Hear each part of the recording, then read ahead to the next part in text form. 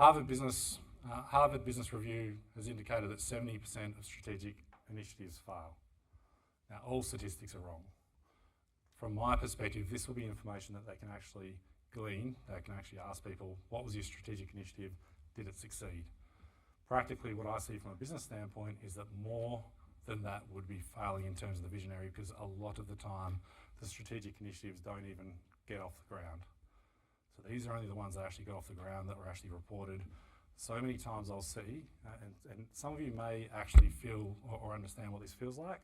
You get a business owner who's working in their business day to day, flat out, looking at their task lists, stressed out, going, what time do I possibly have to do to jump into the helicopter, look down and understand what's going on?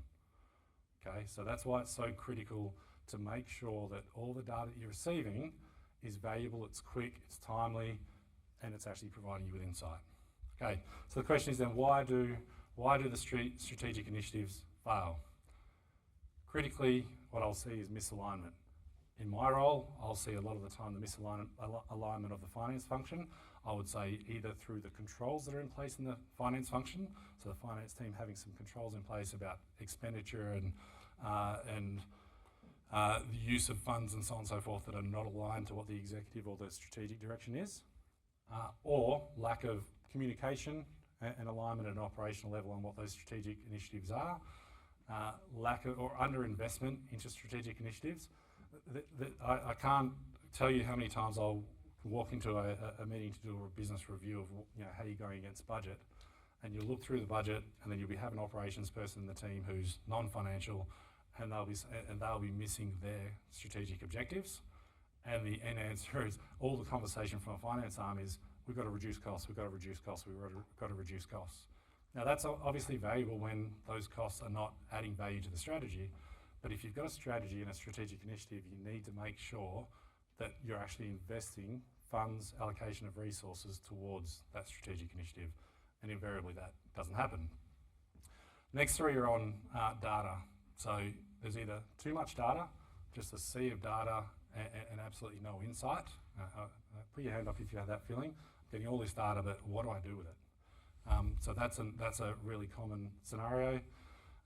Otherwise, you can have insufficient information. And what I'd say is typically you've got plenty of financial information, but what you're lacking is any information about what drove those costs, what caused that income, what the service was, what department it relates to, which salespeople are doing the best job, what are they doing that's different to the other salespeople.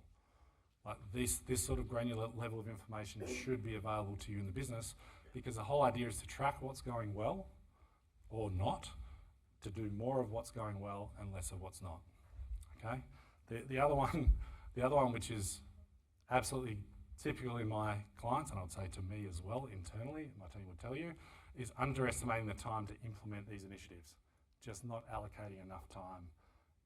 And I mean, for those of you that sort of understand, I've run sessions on bottlenecks before, and if you think about a stream, a pipe, and there's a bottleneck in it that's smaller before and after, so you've got a bottleneck. If you put a lot of effort before the bottleneck or after it, it's not going to increase the flow. That's not to say you don't invest or do things that are going to happen down the pipeline, but you just need to understand if all you're doing is measuring outcomes, you're not going to see any outcomes coming through until you deal with what the bottleneck is in your business. Okay? Great, you've built operations to be able to do twice as much. What are you doing on marketing? Right? Great, you've got a plan and you've got a product that everyone wants to buy. Where's the money that you're going to spend on marketing? Right?